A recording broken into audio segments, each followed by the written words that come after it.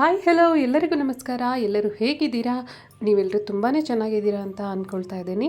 ಹಾಗೆ ನಾನು ಸಹ ತುಂಬ ಚೆನ್ನಾಗಿದ್ದೀನಿ ಅಂತ ಹೇಳ್ತಾ ಇವತ್ತಿನ ವಿಡಿಯೋಲಿ ನಿಮಗೆ ತುಂಬಾ ಯೂಸ್ಫುಲ್ ಆ್ಯಂಡ್ ಮೋಟಿವೇಶನ್ ಕೊಡುವಂತಹ ಹಲವಾರು ವಿಚಾರಗಳನ್ನು ಮಾತಾಡಲಿಕ್ಕಿದ್ದೀನಿ.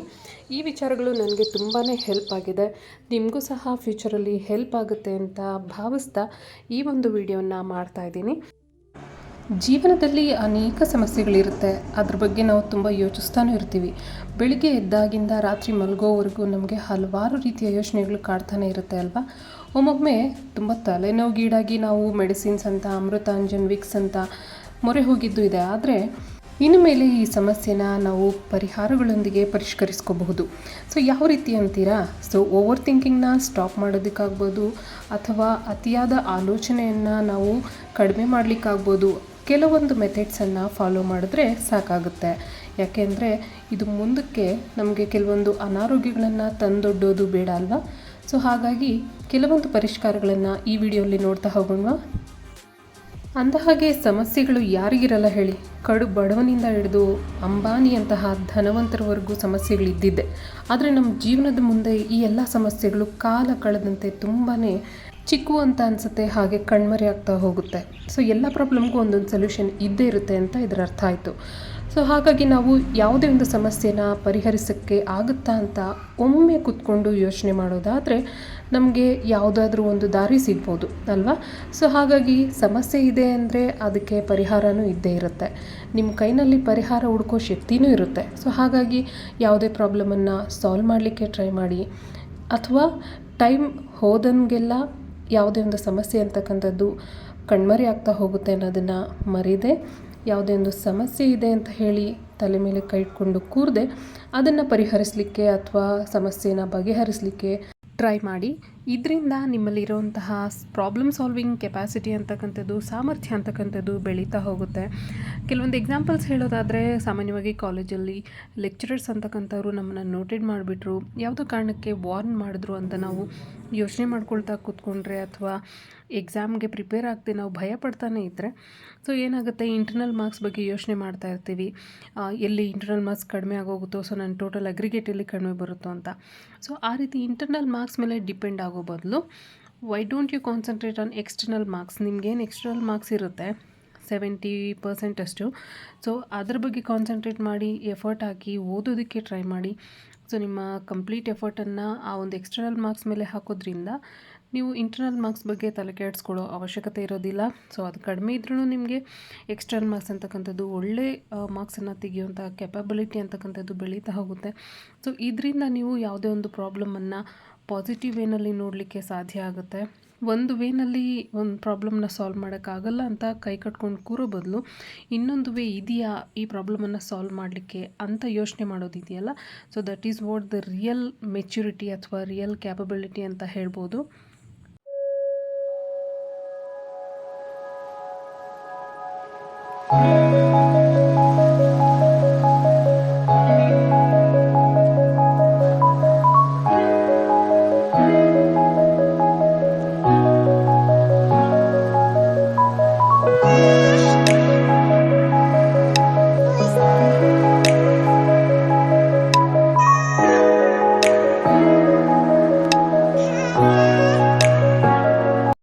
ಹಾಗೆ ನಮ್ಮ ಕೌಟುಂಬಿಕ ವಿಚಾರಗಳಿಗೆ ಬಂದರೆ, ಅತ್ತೆ ಸೊಸೆ ನಡುವೆ ಇರ್ತಕ್ಕಂತಹ ಸಣ್ಣ ಪುಟ್ಟ ಸಮಸ್ಯೆಗಳಾಗ್ಬೋದು, ಅದು ನಮಗೆ ದೊಡ್ಡದಾಗಿ ಕಾಣಿಸ್ಲಿಕ್ಕೆ ಯಾವಾಗ ಶುರುವಾಗುತ್ತೆ ಗೊತ್ತಾ?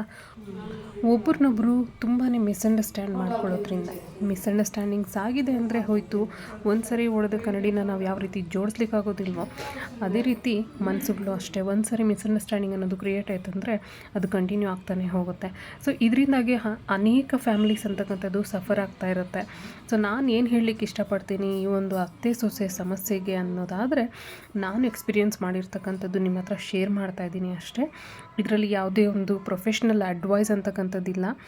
ಸೊ ನೀವು ನಿಮ್ಮ ಅತ್ತೆ ಜೊತೆಗಿರುವಂಥ ಪ್ರಾಬ್ಲಮನ್ನು ಆದಷ್ಟು ಕೂತ್ಕೊಂಡು ಮಾತಾಡಿ ಸಾರ್ಟ್ಔಟ್ ಮಾಡಲಿಕ್ಕೆ ಟ್ರೈ ಮಾಡಿ. ಇಲ್ಲ ಪದೇ ಪದೇ ಅದೇ ರಿಪೀಟ್ ಆಗ್ತಾ ಇದೆ ಅಂತಂದರೆ ಯು ಜಸ್ಟ್ ಕೀಪ್ ಕ್ವೈಟ್ ಅಷ್ಟೇ. ನೀವು ಮಾತಾಡೋದನ್ನು ಕಡಿಮೆ ಮಾಡಿ, ಅವ್ರ ಜೊತೆ ಎಷ್ಟರಲ್ಲಿ ನೀವು ಮಾತಾಡಿದ್ರೆ ನಿಮಗೆ ಬೆಲೆ ಸಿಗುತ್ತೆ. ತುಂಬ ಮಾತಾಡೋದ್ರಿಂದ ಆಗೋ ಅನಾನುಕೂಲಗಳೇನು ಅನ್ನೋದನ್ನು ಒಂದು ಸರಿ ಕೂತ್ಕೊಂಡು ಯೋಚನೆ ಮಾಡಿ. ಸೊ ಅವ್ರ ಜೊತೆ ಯಾವ ರೀತಿ ನಡ್ಕೋಬೇಕು ಅಂತ ನಿಮಗೆ ಗೊತ್ತಾಗ್ಬಿಡುತ್ತೆ. ಆ್ಯಂಡ್ ಸಿಂಪಲ್ಲಾಗಿ ಹೇಳೋದಾದರೆ ಅತ್ತೆ ಅಂತಕ್ಕಂಥವ್ರು ನಿಮ್ಮ ಹೆತ್ತ ತಾಯಿ ಏನಾಗಿರೋದಿಲ್ಲ. ನಿಮ್ಮನ್ನು ತಾಯಿ ಥರ ನೋಡ್ಕೋಬೇಕು, ನಿಮ್ಮ ಸ್ವಂತ ಹೆತ್ತ ತಾಯಿ ಥರನೇ ನೋಡ್ಕೋಬೇಕು ಅನ್ನೋದಾದರೆ ಅದು ನಿಮ್ಮ ಕನಸಷ್ಟೇ. ಸೊ ಹಾಗಾಗಿ ಅತ್ತೆನ ಅತ್ತೆ ರೀತಿಯಲ್ಲೇ ನೋಡಿ, ಸೊಸೆನ ಸೊಸೆ ರೀತಿಯಲ್ಲೇ ನೋಡಿ. ಇವರೆಲ್ಲ ಹೇಳ್ತಾರಲ್ಲ ದೊಡ್ಡವರು, ಅಥವಾ ನಾವೇನು ಹೇಳ್ತೀವಿ ಸೊಸೆನ ಮಗಳ ಥರ ನೋಡ್ಕೋತೀನಿ ಹಾಗೆ ಹೀಗೆ, ಇವೆಲ್ಲ ಮಾತುಗಳಷ್ಟೇ. ಹೆತ್ತ ತಾಯಿಗಿಂತ ಮಿಗಿಲಾಗಿ ಯಾರೂ ಬರೋದಿಲ್ಲ. ಸೊ ಹಾಗಾಗಿ ಅತ್ತೆನ ಅತ್ತೆ ರೀತಿಯೇ ನೋಡಲಿಕ್ಕೆ ಟ್ರೈ ಮಾಡಿ. ಅವರು ನಿಮ್ಮನ್ನು ಹೊಸದಾಗಿ ನೋಡಿರ್ತಾರೆ, ಅವ್ರಿಗೂ ನಿಮ್ಮನ್ನು ಅರ್ಥ ಮಾಡ್ಕೊಳ್ಳಿಕ್ಕೆ ಟೈಮ್ ಬೇಕಾಗುತ್ತೆ. So give them time. ನೀವು ಟೈಮ್ ತಗೊಳ್ಳಿ. ಯಾರ ಹತ್ರ ಎಷ್ಟು ಬೆರೆತರೆ ನಿಮಗೆ ಒಳ್ಳೆಯದಾಗುತ್ತೆ ಅನ್ನೋದನ್ನು ಅನಲೈಸ್ ಮಾಡಿಕೊಂಡು ಮುಂದುವರಿತಾ ಹೋಗಿ. ಸೊ ಹೀಗೆ ಮಾಡೋದ್ರಿಂದ ನಿಮ್ಮ ಕೌಟುಂಬಿಕ ಸಮಸ್ಯೆಗಳನ್ನೋದು ಕಡಿಮೆ ಆಗ್ತಾ ಹೋಗುತ್ತೆ. ಆದಷ್ಟು ಸೈಲೆಂಟಾಗಿ ಎಲ್ಲದನ್ನು ಕೂಲಂಕುಷವಾಗಿ ಅಬ್ಸರ್ವ್ ಮಾಡಿ ಮಾತಾಡಲಿಕ್ಕೆ ಟ್ರೈ ಮಾಡಿ. ಇದರಿಂದ ಎಲ್ಲರೂ ನೆಮ್ಮದಿಯಾಗಿರ್ಬೋದು, ಆದಷ್ಟು ಪ್ರಾಬ್ಲಮ್ಸ್ ಅವಾಯ್ಡ್ ಆಗುತ್ತೆ ಅಂತ ನಾನು ನಂಬ್ತೀನಿ. ಸೊ ನಿಮಗೆ ಇದ್ರ ಬಗ್ಗೆ ಏನು ಅಭಿಪ್ರಾಯ ಇದೆ ಕಮೆಂಟ್ ಸೆಕ್ಷನಲ್ಲಿ ತಿಳಿಸ್ಬೋದು ಅಂತ ಹೇಳ್ತಾ, ಬನ್ನಿ ನಮ್ಮ ನೆಕ್ಸ್ಟ್ ಪಾಯಿಂಟ್ ಏನಿದೆ, ಯಾವುದೇ ಒಂದು ಸಮಸ್ಯೆ ಕುರಿತು ಅತಿಯಾಗಿ ಯೋಚನೆ ಮಾಡದೇ ಇರಲಿಕ್ಕೆ ಅದನ್ನು ನೋಡ್ತಾ ಹೋಗೋಣ.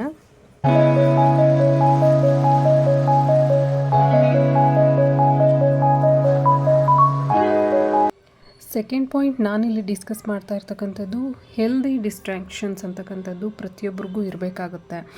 ಏನಿದು ಆರೋಗ್ಯಕರ ಡಿಸ್ಟ್ರಾಕ್ಷನ್ಸ್ ಅಂತಂದರೆ ಅನ್ನೋದಾದರೆ, ನೀವು ಯಾವುದೇ ಒಂದು ಪ್ರಾಬ್ಲಮ್ ಬಗ್ಗೆ ಯೋಚನೆ ಮಾಡ್ತಾ ಇದ್ದೀರಾ, ಯಾವುದೇ ಒಂದು ಸಮಸ್ಯೆನ ಕುರಿತು ಅತಿಯಾಗಿ ಯೋಚನೆ ಮಾಡ್ತಾ ಇದ್ದೀರಾ ಅನ್ನೋದಾದರೆ, ನಿಮ್ಮನ್ನು ಯಾವುದೇ ಒಂದು ಸಮಸ್ಯೆ ಕಾಡ್ತಾ ಇದೆ ಅನ್ನೋದಾದರೆ, ಅದನ್ನು ಹೊರತುಪಡಿಸಿ ನಿಮ್ಮ ಆಲೋಚನೆಗಳು ಅಂತಕ್ಕಂಥದ್ದು ಬೇರೊಂದು ಮಾರ್ಗದಲ್ಲಿ ನೀವು ಇಟ್ಟು ಬದಲಿಸ್ಕೋಬೇಕಾಗತ್ತೆ. ಅಂದರೆ ನನ್ನ ಉದ್ದೇಶ, ನೀವು ಏನು ಯೋಚನೆ ಮಾಡ್ತಾ ಇದ್ದೀರಾ ಅದನ್ನು ಬದಿಗಿಟ್ಟು ಬೇರೊಂದು ಕಡೆ ನಿಮ್ಮ ಆಲೋಚನೆಗಳನ್ನು ಮರಳಿಸ್ಕೋಬೇಕಾಗತ್ತೆ. ಸೊ ಯಾವ ರೀತಿ ಅನ್ನೋದಾದರೆ, ಈಗ ಫಾರ್ ಎಕ್ಸಾಂಪಲ್ ನಿಮಗೆ ಮನೆಯೆಲ್ಲ ಮೆಸ್ಸಿ ಆಗಿದೆ ಅಂತ ಅಂದ್ಕೊಳ್ಳಿ. So keep it clean. ನೀವು ಮನೇನ ಕ್ಲೀನಾಗಿ ಇಟ್ಕೊಳ್ಳೋದ್ರಿಂದ ಒಂದು ಪಾಸಿಟಿವ್ ವೈಬ್ ಅನ್ನೋದು ಬರುತ್ತೆ. ನಿಮ್ಮ ರೂಮ್ನ ಕ್ಲೀನಾಗಿ ಇಟ್ಕೊಳ್ಳಿ. ಸೊ ಇದರಿಂದ ನಿಮ್ಮ ಡಿಸ್ಟ್ರಾಕ್ಷನ್ ಅನ್ನೋದು ಯೋಚನೆ ಕಡೆಯಿಂದ ರೂಮ್ ಕ್ಲೀನಿಂಗ್ ಮೇಲೆ ಬೀಳೋದ್ರಿಂದ ಸೊ ನಿಮಗೆ ಆದಷ್ಟು ಸ್ವಲ್ಪ ಟೈಮ್ ಅನ್ನೋದು ಸಿಗುತ್ತೆ. So you will feel comfortable, ಸ್ವಲ್ಪ ಆರಾಮ್ ಅನಿಸುತ್ತೆ. And one more best thing ಏನು ಅಂತಂದರೆ, ಒಳ್ಳೆ ಬುಕ್ಸ್ ಇದೆ, ಆನ್ಲೈನಲ್ಲಿ ಅವೈಲೇಬಲ್ ಇದೆ, ಪರ್ಚೇಸ್ ಮಾಡ್ಕೊಳ್ಳಿ. ಮೈಂಡ್ ರಿಲೇಟೆಡ್ ಆಗ್ಬೋದು, ಸ್ಟ್ರೆಸ್ ರಿಲೇಟೆಡ್ ಆಗ್ಬೋದು, ಅಥವಾ ನಿಮ್ಮ ಲೈಫ್ ರಿಲೇಟೆಡ್ ಆಗ್ಬೋದು. ಕಲೀಲಿಕ್ಕೆ ತುಂಬಾ ಇದೆ. ಸೊ ಬುಕ್ಸ್ನ ಓದಲಿಕ್ಕೆ ಪ್ರಯತ್ನ ಪಡಿ, ಒಳ್ಳೊಳ್ಳೆ ವಿಚಾರಗಳನ್ನು ತಿಳ್ಕೊಳ್ಳಿಕ್ಕೆ ಪ್ರಯತ್ನ ಪಡಿ. ಸೊ ಇವೆಲ್ಲನೂ ನಿಮ್ಮ ಡಿಸ್ಟ್ರಾಕ್ಷನ್ಸ್ ಆಗಿರುತ್ತೆ, ಅಂದರೆ ಹೆಲ್ದಿ ಡಿಸ್ಟ್ರಾಕ್ಷನ್ಸ್ ಅಂತ ಹೇಳ್ಬೋದು. ಸೊ ಈ ರೀತಿಯ ಆಲೋಚನೆಗಳು ನಿಮ್ಮನ್ನು ಅನಾವಶ್ಯಕವಾದಂತಹ ಸಮಸ್ಯೆಗಳಿಂದ ಅಥವಾ ಯೋಚನೆಗಳಿಂದ ದೂರ ಇಡಲಿಕ್ಕೆ ನಿಮಗೆ ಸಹಾಯ ಮಾಡುತ್ತೆ. ಸೊ ಹಾಗಾಗಿ ಈ ರೀತಿಯ ಡಿಸ್ಟ್ರಾಕ್ಷನ್ಸನ್ನು ಅಭ್ಯಾಸ ಮಾಡ್ಕೊಳ್ಳಿ.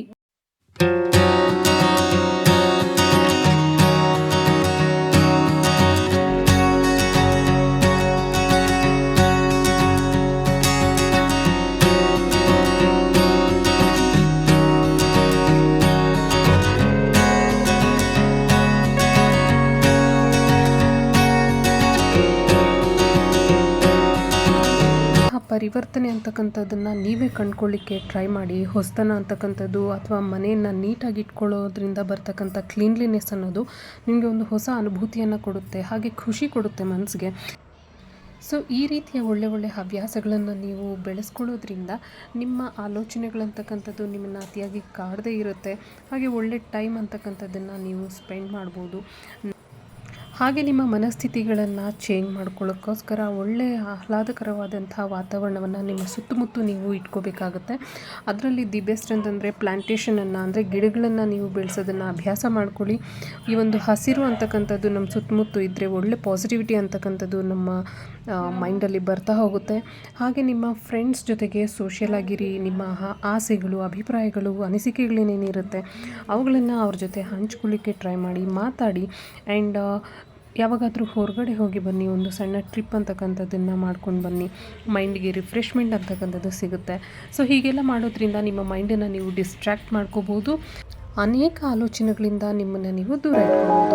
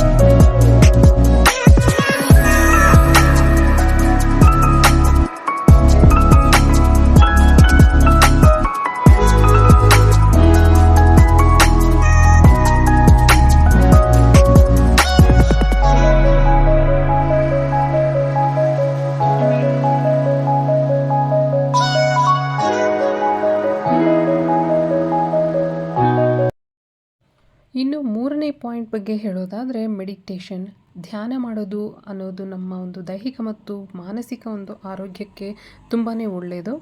ನಮಗೆ 24 ಅವರ್ಸಲ್ಲಿ ಅಟ್ಲೀಸ್ಟ್ ಒಂದು 10 ಮಿನಿಟ್ಸ್ ಅಂತಕ್ಕಂಥದ್ದು ಸಿಕ್ಕಿದ್ರೂ ಸಹ ಧ್ಯಾನ ಮಾಡಲಿಕ್ಕೆ ಅದು ನಮಗೆ ತುಂಬಾ ಅನುಕೂಲ ಅಂತ ಹೇಳ್ಬೋದು. ಯಾವುದಾದ್ರೂ ಪ್ರಶಾಂತವಾದ ಸ್ಥಳದಲ್ಲಿ ಒಳ್ಳೆಯ ಸಮಯ ಅಂತಕ್ಕಂಥದ್ದನ್ನು ನೀವು ಫಿಕ್ಸ್ ಮಾಡಿಕೊಂಡು ನಿಮ್ಮದೇ ಆದಂತಹ ಒಂದು ಟೈಮ್ನ ಇದಕ್ಕೆ ತೆಗೆದಿಡೋದ್ರಿಂದ ಧ್ಯಾನ ಅಂತಕ್ಕಂಥದ್ದು ನಮ್ಮ ಮನಸ್ಸಿಗೆ ಹುಮ್ಮಸ್ಸು ಅಂತಕ್ಕಂಥದ್ದನ್ನು ಕೊಡುತ್ತೆ. ಹಾಗೆ ನಮ್ಮ ಜೀವನದಲ್ಲಿ ಒಂದು ರೀತಿ ರಿಲ್ಯಾಕ್ಸೇಷನ್ ಅಂತಕ್ಕಂಥದ್ದು ಆ್ಯಂಡ್ ಮೆಂಟಲ್ ಹೆಲ್ತ್ ಪೀಸ್ಫುಲ್ನೆಸ್ ಅಂತಕ್ಕಂಥದ್ದು ನಮಗೆ ಒಳ್ಳೆ ರೀತಿಯಲ್ಲಿ ಸಿಗುತ್ತೆ ಅಂತ ಹೇಳ್ಬೋದು. ಇನ್ನು 4th ಪಾಯಿಂಟ್ ಬಗ್ಗೆ ಹೇಳೋದಾದರೆ ಕೀಪ್ ಯುವರ್ ಸೆಲ್ಫ್ ಎಂಗೇಜ್ಡ್ ಅಂತಂದರೆ ನಿಮ್ಮನ್ನು ನೀವು ಯಾವಾಗಲೂ ಬ್ಯುಸಿಯಾಗಿ ಇಟ್ಕೊಳ್ಳುವಂಥದ್ದು. ಸೊ ಇದರಿಂದ ನಮಗೆ ಯಾವುದೇ ಒಂದು ಆಲೋಚನೆಗಳು ಅಂತಕ್ಕಂಥದ್ದು ಮೈಂಡ್ಗೆ ಅತಿಯಾಗಿ ಬರದೇ ಇರುತ್ತೆ.